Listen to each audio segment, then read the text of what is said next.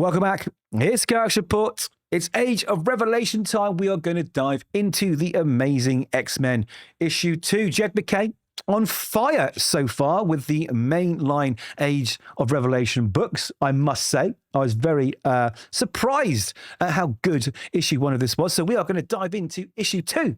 We have this amazing cover here with Darkchild sitting there with everyone in chains captured, even Psylocke, who at this point in time is one of the bad girls working for Revelation. So incredible cover, lots and lots of potential. So like I say, I'm going to go through it page by page. So do read the book beforehand if you don't support. Like the video if you can. And please do subscribe. I'd really appreciate it. Okay, let's take a little peek. We're going to read the little catch-up bump so you know where we are. So it says, after learning that Revelation was the one who detonated the gene bomb, the X-Men hatched a plan to end his reign of terror, a plan that required transferring the consciousness of Cyclops and Beast from 10 years in the past into their present selves. But when Revelation got word of the X-Men's plot, he sent his Angel of Death, a brainwashed Wolverine, to stop them. Magneto, Forge, Archangel, and Zorn all fell. They did, they died. The rest tried to carry on to Philadelphia, the capital of the Revelation territories.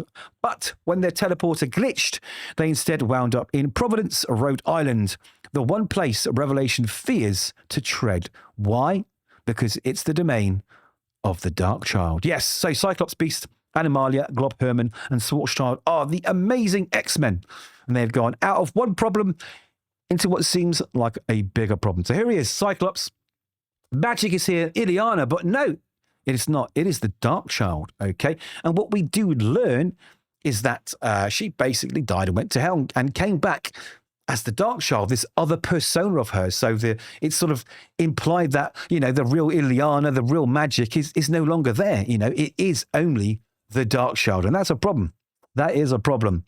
Now we can see a sort of hellified, let's call it, hellified Juggernaut here. He looks cool. Now I will say, I really like Mahmud Asrar's art in this book, and I really like the character designs. It's really, really, really cool. And it's well coloured too. So who the colour is? Matthew Wilson. So there we go. So lots and lots of positive. Now Psylocke is here. As you can see, she's one of the bad girls, of course. She's one of Revelation's lackeys. And she is being punished at the moment because it is potentially her fault that one of his choristers, the people that can boost Revelation's powers, died. So he's making her wear the X-Men badge as a badge of shame. That's why you see her here wearing the X badge. Let's jump into it. So, of course, a fight is going to ensue straight off the bat the Marvel way, and they start having a punch-up once they realise that Illyana is not in there anymore, and it, like I said earlier, only Darkchild remains. Now, we get a cool fight. We see Animalia sort of turn into a beast. That's her powers, taking on the Juggernaut.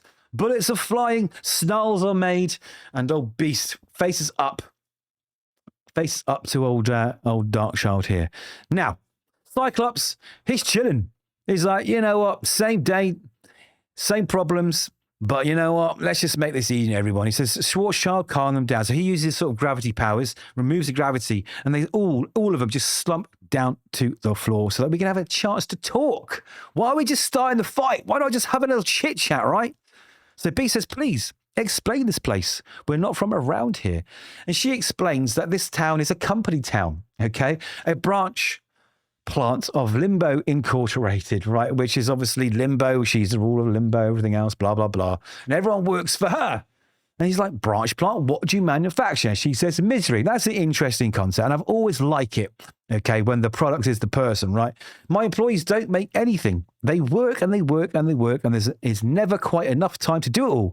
The work they have to do, not if they want to keep their contract, okay? So basically, she's got them trapped there working because they have them on contract. Now, what is that contract? Well, the contract is you could be free at any time, but you have to go out into the real world where you're basically going to get the X virus and die, because these are humans. They have not been touched by the mutant virus. So they're there living essentially in an eternal corporate hell. And we've all been there pretty much. I know what it feels like to work in an office for the man, and I never liked it, which is why I've been working for myself for, 2 decades. Anyway, what is she harvesting from them? Well, she's harvesting that suffering and misery, which is a precious resource back in Limbo. I know it's kind of cool, but kind of like cheesy, but it's kind of cool. But you let it go. You let it go. It's all right. Okay. And she says, listen, All right. None of these people are being forced to stay here. And she turns around and says, hey, your contract, okay, it's over. You're free to go. And the guy begs, I don't want to leave. I don't want to leave. I don't want to leave. And she says, see, all these people are here out of free will because it makes it all the more juicier. So there we go. That's what's happening in this Providence town. He says, right, well, you know what? We need your help. Okay, we need your help. We need to get to Philadelphia. Can you help? She says, oh, you want me to do a favor? Why would I act against Revelation like that? And the Beast explains, because you know that your presence, your little fiefdom here, drives him insane. How long until he manages to remove you, Darkchild? So he's saying, listen, it's only a matter of time before he comes to you. So why don't you strike first? Why don't you help us? Okay. And so she says, I'll tell you what, we'll duel for it. If you win, I'll step you wherever you wish. And when I win, you must pick one of your members of your amazing X-Men to stay here with me. He says, done. Yeah, cool. I'm up for it. Again, a little bit cheesy, but you say, okay, it's a duel. All right, let's see where this goes. But they do something a little bit different with the duel, actually. It's not a battle with weapons. It's a battle of words. It's a battle of truths. Again, you kind of forgive it. You think, okay, it's an interesting concept. They're going to use truths against each other, right? All right. That's better than your usual swords clashing, shields bumping, duels or pistols at dawn. But the whole book just I'm getting tongue-tied. Just turns into a conversation where they're slinging insults at each other. And that's it. That's it. And some of these insults are quite cutting to Cyclops. You know, he's an appetizer, a truth. These X-Men think you're a joke. And it hits him with a force, sending him to the ground. And she's like explaining to him, you know, the concept of this duel. So he throws a truth back at her, all right, and it was just very weak. It does nothing. So she throws another truth, which hits him really hard. Your failure of leadership allowed Revelation to take power. The blood of millions is on your hands. Anyway, the duel continues. He slings another truth at her, and it doesn't really do anything at all. You know, so she throws a big one back at him. You abandon your wife and child without a second thought. And he just laughs. And he says, a truth is, I did. And nothing I can do will make that right. Okay. So at this point, I'm thinking, you know what? In any other circumstances, these truths would really be hard hitting, right? You get a really interesting story. But this duel's just getting boring now. I mean, where's this going? Anyway. She says, I see that I'm not getting through to you. A truth. There was never any intention that you would succeed here. And the other amazing X-Men start saying, oh my God, she knows. So what's going on here? There's a secret they're keeping from Cyclops. They have not been forthcoming with the truth. And they all go, oh my God, she knows. And even Beast knows. See, Beast, he's clever. He's already worked it out. What is that truth? Well, the truth is that he has been humored. The true purpose of their plan was for this time, Cyclops, to be sent back to the past. Now, whether that's to sort of fight from the past to ensure this never happens, they were going to sacrifice the past Cyclops into the future for potentially good if they failed. But he's like, yeah, cool, whatever, don't care. And that's what he says. He doesn't care. He says, listen. She says, you're barely affected. He says, because that truth can't hurt me. I figured it out immediately. He knew all along, apparently. It's what I would have done if I didn't think I could win here. He said, both Hank and my future selves went to the past to try and stop the Age of Revelation before it started, told their X-Men to lie to us. Yeah, I'm only here as the fallout of that plan. So it was all a plan in the first place. Yeah. Their future selves went to the past and already told these X-Men to lie to ourselves when we were brought here. How convoluted can you get? He said, but it doesn't matter. My future self may have given up on this world, but I have not. Not while I'm alive, not while I've got my X-Men. And this was supposed to be a mega resonant thing. I actually read some of the boards, which are sort of like average readers just saying what they think, and they keep repeating this line as if it was like one of the most iconic lines ever uttered by Cyclops. To me, it just falls flat because I've had 22 pages of chat in here, and it's just getting boring. It's like, I knew it all along. Like, you can't fool me. We're so clever. We'd planned for this. This is exactly what was supposed to happen. Anyway, he throws a truth at her. Okay, which is the Darkchilds exist to protect Ilyana Rasputina, which is true. This other persona in the previous storylines was kind of conjured and created to protect Ilyana. That was its purpose. But Ilyana is dead, so it has failed. And that truth That truth of her realizing that you have failed in the only thing that ever mattered to you floors her, puts her to the ground, defeated, and now she has to help them. There we go.